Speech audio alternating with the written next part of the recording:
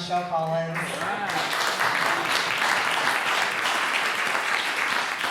For those of you who don't know me, okay, first I want to do a mic check because I've always got people, especially the men, they can't hear anything, so I want to make sure they can hear me. Can you hear me? Okay.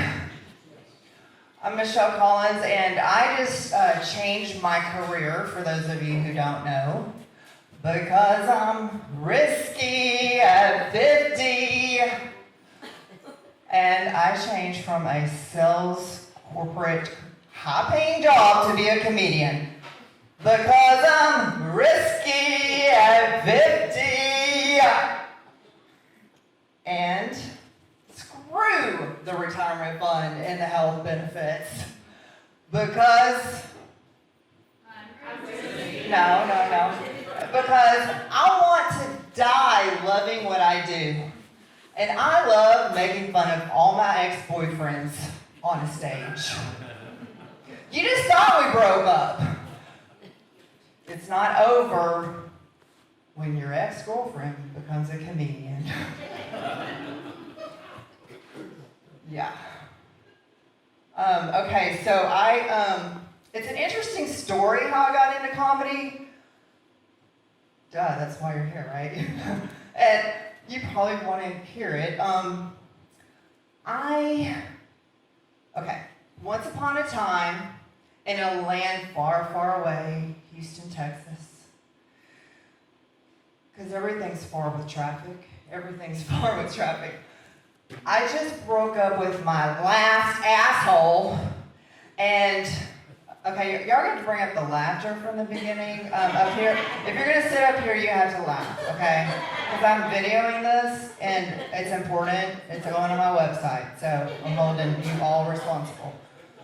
Yeah, I just dated my last asshole, and I was devastated. I mean, I've said it before, okay? I've said it before, but this time I did some things different. I tried to be nice. I laughed at his jokes, and they were terrible. And, okay, we gotta laugh. Okay, there we go, okay. And I cooked, okay, I read in Vogue magazine that if you cook, you can attract and keep a guy. Have you heard that before? Okay, I guess it's not anything new. But I'm ADD, and I only read the first paragraph, so that's probably why the rest didn't work out. We'll just blame it on that anyway. So that was tough. I mean, really, it seriously was tough, and I really didn't know what to do. Okay, I was thinking, should I go to therapy? But I don't like delayed gratification, so I wanted something quick, and I wanted it now, and I was just lying there, feel sorry for myself, and one day I just got up and I was so upset, and I said, you know what? I'm going to be happy if it kills me. And the next day I signed up for a comedy class. That's how it happened. Yeah. So, I was in the comedy class. Has anybody ever heard of improv comedy? Okay. So, I'm sure most of you know, but okay, improvisation. And so we're in a, working scenes, and I go into this class, and I have no idea that the other people in the class are working actors.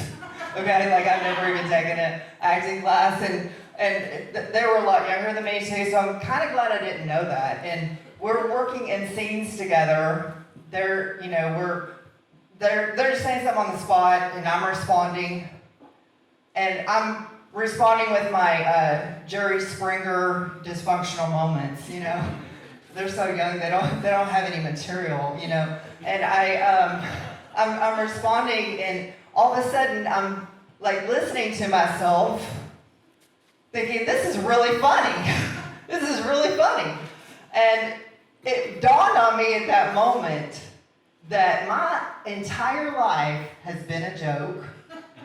and I am the punchline. I had no idea. I mean, picture this, okay? I was in my corporate job, and I would just walk into a sales meeting, in a high fashion suit, like in a suit, like I'm a supermodel in stilettos, because I've always got to be a little extra, and I would be sounding like a composed Ivanka Trump walking in. Gentlemen, we're gonna do business together today, and we're gonna make an impact on your business. That's my business. Or something to that effect, I was researching her, but I think I was on the security search, because I was like trying to watch it and listen to her, so I had to stop doing that, but something to that effect. And, I was climbing up the corporate ladder thinking, I'm gonna be the next apprentice, and that was just a lie. It was just a lie.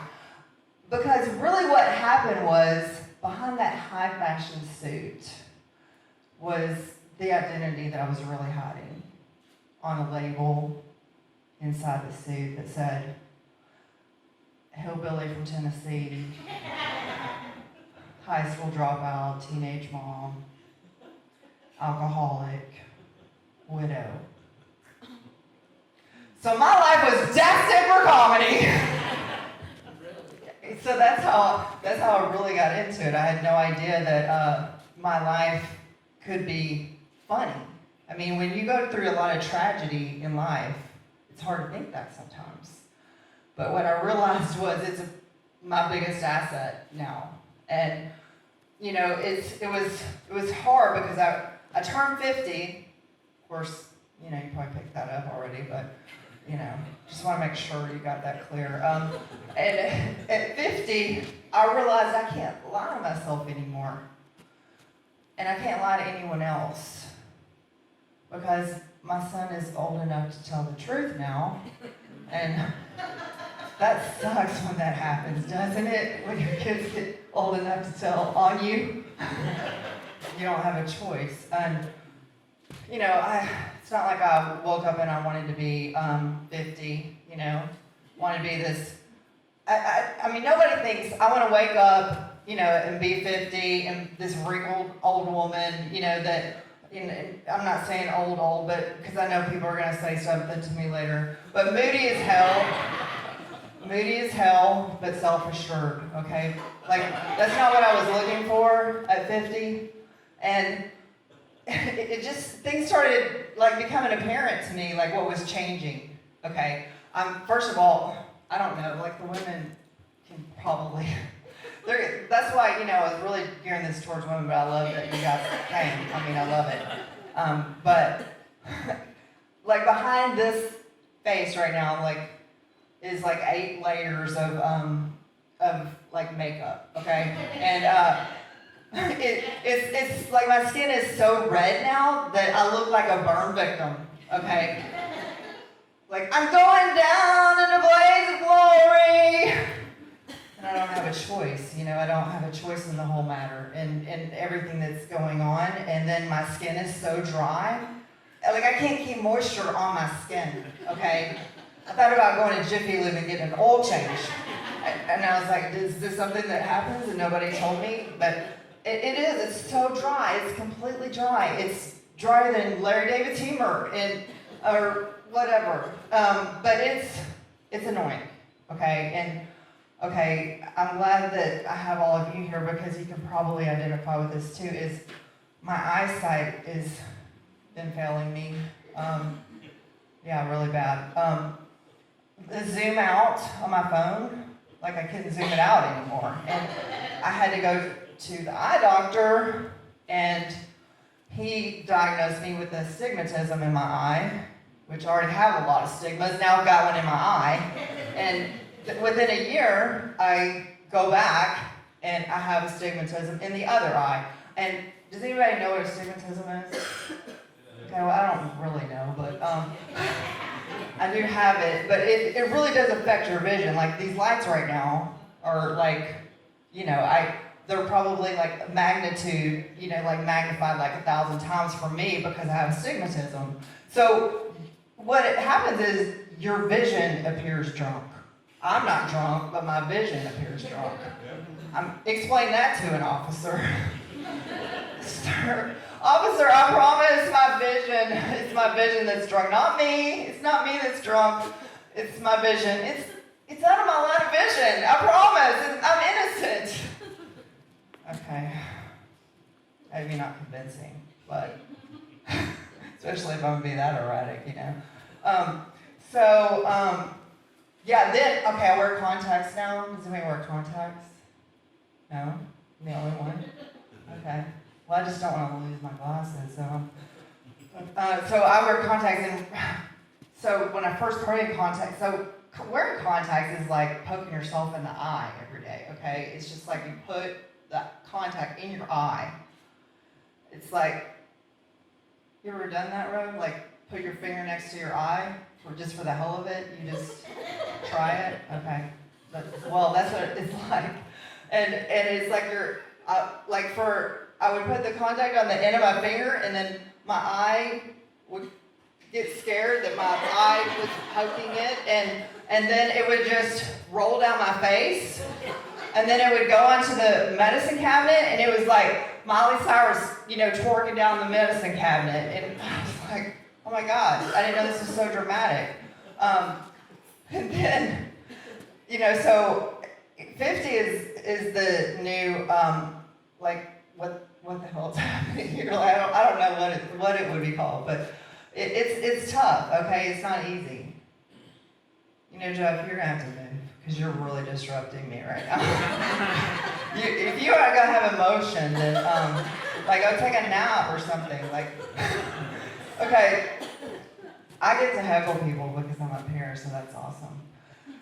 And for anyone who doesn't know me, I'm single, which that's hard to believe, right? I'm single. And yeah, it's different when you're older and single, because for me, maybe not for Jeff, because you want to say something? Yeah, so it's different when you're older, because when I'm dating men, it's like they're clueless and they can't hear, so that's hard to deal with. And I'm like, hello, my name's Michelle. Hello, my name's Michelle. Hello, my name's Michelle. Did you say go to hell? Well, but I'm thinking I'm there right now. And I actually should have a lifetime membership to Match.com. I really should, because I've been single most of my life.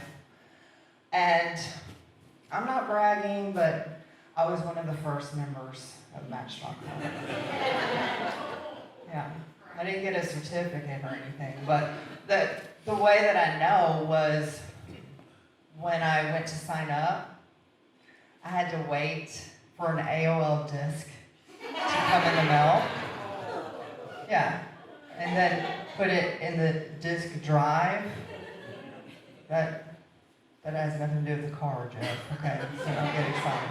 And then I had to wait for the modem to connect. Like,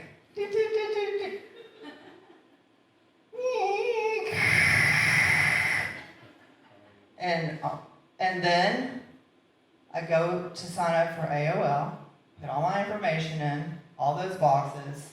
Then, that same information, I go to Match.com and enter it again. And then, download. I'm waiting for the man of my dreams to show up and the photos to show up. And here they are. They start showing and appearing. And I click on one. And the first one that I clicked on, it took 30 minutes to get to the eyebrows of the guy that I clicked on. Yeah. I mean, that was more of a commitment than I got out of any guy on Match.com. It really was. But I've been married before. I have been married before. I was 19 when I got married. Yeah. What's weird about being married when you're 19 is, besides everything, is I just get out of school. You know, barely just got out of high school. Now I'm picking up someone's underwear off the floor. And have y'all seen that show, Sister Wives? Yes. Okay. Somebody likes that show. So this show is a guy. Okay, it's a guy show. I'm for sure about some. Did you watch it, Rob? Okay. So it's a guy that's married to like 4 women. Okay, 4 women. Yeah, he's giving me the thumbs up. 4 women. And they're just acting like they just love this kind of arrangement, okay? Because they get to share the domestic duties. I'm just wondering who picks up the underwear. That's all I want to know. Do they do rock, paper, scissors? I mean, how do they figure that out? I have no idea. But I don't know. That question just keeps baffling me. It doesn't really even have a meaning. Okay, it just does. Okay, menopause. I know I get your attention.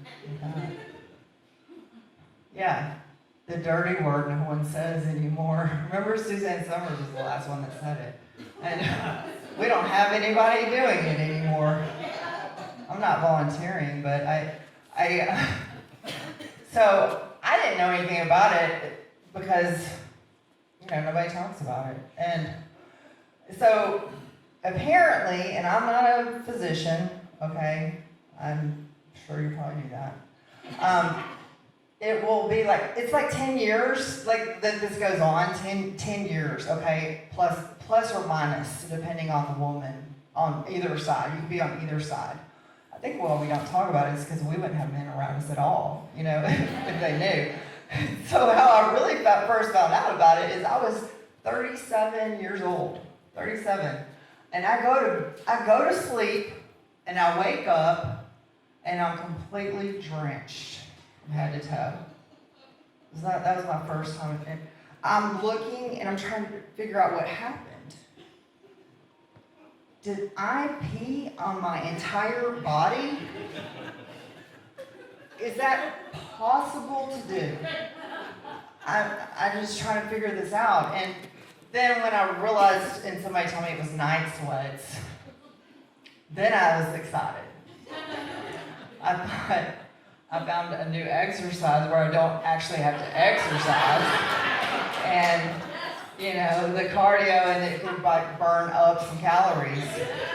But that's not exactly how it works. Really, menopause this is my definition, but it's a good one. It's really your body telling you you don't need babies anymore. Now, the reward will be self-esteem. It's like, where have you been all my life, self-esteem? I could have used you many times before. And anybody seen that show Snapped? Yes. Okay. Yeah, so Snapped, I believe, is a lot of untreated hormonal menopausal women. Okay, because they got too much self-esteem, and then they loved everyone to death. And then, let's be honest, women. We love this show, okay? We love it. It's like our football team, okay? We're screaming at the TV, "You go, girl, take it down!" And I'm pretty sure that already happened, but it is thrilling. It's really thrilling for us. I heard a guy say something weird. Who can I get? Okay, so I've been married before, and I wouldn't mind getting married again, except for it comes with a mother-in-law. The women aren't laughing. I knew they would probably. Yeah, so it's like, okay, you get married, and their gift is, here is your life. Here's your life. I'm like, I don't want your life from you. But I insist. It's your life. It's your life. Take it. And it doesn't work all the time. Lucy's like trying to not laugh. Okay, I'm looking at women on their face and they're trying not to laugh. But we've all had mother-in-laws. Okay, we've all had them. And here's what I found out about marriage. Okay, because I'm such a guru. I really am. You can tell, right? I'm a guru on marriage, and what I found out from all of my years is you can't solve like the marriage problems by getting divorced, right? I mean, it was like, for me, it was an easy divorce from whenever I was young. I wasn't married that long, and we just split up, a pillow and a sheet. Okay, that's all we had to split.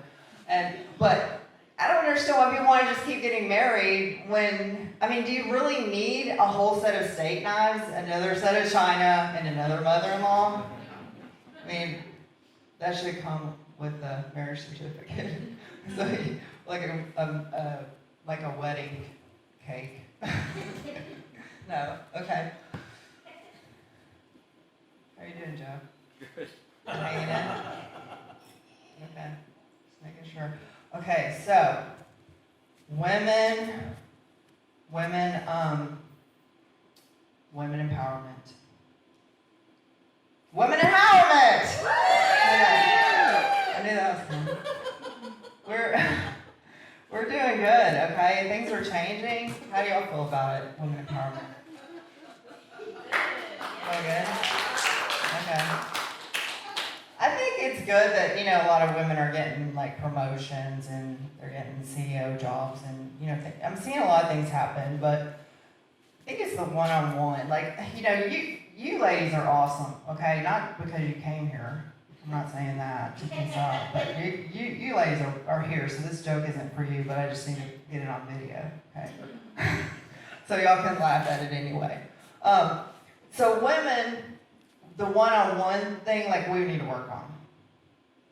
I mean, you might not say it in here, but I'm just going to say it, because I'm a person that says what's on my mind. I don't know if you know that or not.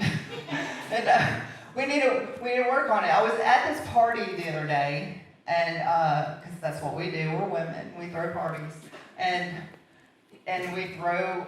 So yeah, I don't have enough gifts, so let's throw a party and exchange gifts. We call it book club.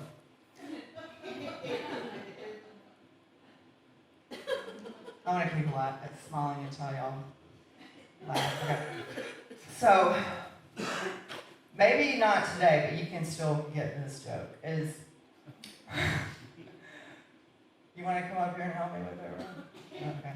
Okay. So I noticed something consistent, and that is when I go to a party, you can always tell when a woman doesn't like another woman. Because she'll buy her a candle as a gift. Yeah. And then you have to open the candle in front of a group of women that don't like you, which is even harder. And you have to act like you like it a lot. Oh, Sally, thanks for this warm vanilla sugar candle. I don't even have one of these. I have 102 at home. We can burn down the city of Houston. Well, maybe a block. It's kind of big here. But men are not having a problem with this. You don't see them out picketing against our equal rights. You don't see that. You don't see them marching. They're smarter than we think. Okay? I just want to tell you, they're smarter than we think. So you're saying that my female colleague is going to get promoted and have the same title as me and the same pay, but I get less responsibility? Sign me up. Send all my calls to the golf course. Yeah. Okay. Anti-aging. My anti-aging regimen is crazy. Okay? It is crazy. It's first a deep scrubbing cleanse, then it's a cleanse, then it's a vitamin serum, anti-aging serum, nighttime repair lotion, nighttime repair cream. And it's expensive and it does absolutely nothing. And men don't worry about anti-aging until they want a younger girlfriend. And then they just buy a Porsche. But I don't understand why they don't just buy a younger girlfriend. They don't have maintenance. They don't have to pay for maintenance. Okay, so I appreciate everyone coming. I really do. Y'all have really been supporting me, and you don't even know what I'm doing. That's really cool. I should start a business doing that. No, but really, you heard how I got into comedy, but really what I did realize was that I did go through a lot of things young. A lot of things very young that women my age are going through now. And that's why I was trying to get that age group here. But they're not. So that proves that my theory was right. That they, I'd like to get them out of the house. That's all I'm trying to do, okay? And so I started, trying to do that. And I'm sad about it, to be honest. I'm really sad about it because since I started young, I spent a lot of time working on myself to change. And when I was in corporate, I realized that in real life I was already a success. And in my mind and the way that the world will look at it. But I want to help other people get out of their struggles. Like, I want them to see, and I want them to laugh. So, the comedy has not been easy in Houston. It's not a comedy town, okay? So, you got to rent the stage. Okay, so thank you for paying for it because that's what I'm using the money for. And everybody's telling me I can't make a living at it, but I believe that I can. I've got a business degree and women empowerment. No, I'm just kidding. So I've been through a lot of things. If you saw my bio, you'd be like, whoa. Because I'm whoa, okay? I'm whoa. I'm like, how did this happen? And when I realized it doing the comedy, because I was actually healing while I was writing comedy, like I was already healing for many, many years. But then that last show that I wrote that I canceled, I was still healing in it, and I didn't realize that I was still needing to heal, so that's why I canceled it. And then I put together this show because I just need to start. So y'all are part of my start. Yeah. So I wasn't as refined as I would have liked to have been, but I'm really honored and really fortunate that I have people like you to show up, because this is a heavy load that I'm doing, and I do need people to support me. I haven't had anyone to talk to, and the comedians here won't even invite me on stage. When I'm up there, it's been really, really hard, and I haven't talked about it. So I realized that I'm not the traditional comedian, and I don't want to be. I don't want to go to LA, I want to stay in Houston. I really want to stay here. So I'm having to teach myself all of these things, and I've worked with some coaches that are professional comedians, so I know that I can get it accomplished and do a really good job. And I'll do some stuff in corporate as well. But that's why I'm doing the comedy. It's not to be famous, it's not to do, because I realized that I healed and other people are still struggling. So it doesn't just do, I'm not just doing 50, but, I just saw an area that had a hole in it, and I was like, let me jump in that. and no one jumped back in with me. So, it's me just being myself. I never got to be myself because I was really hiding who I was in corporate, because I thought if they really knew who I was, they would give me a chance. And they wouldn't have, because of my background. But I went places that no one else that had my disabilities has gone. And I'm not trying to say, because I'm not congratulating myself. It surprised me when I figured it out. Now, I'm using it to help, and the comedy gets people to listen. And I didn't know that my natural quirkiness, because I was always a very weird person growing up. I mean, I was this tall since 8th grade, okay?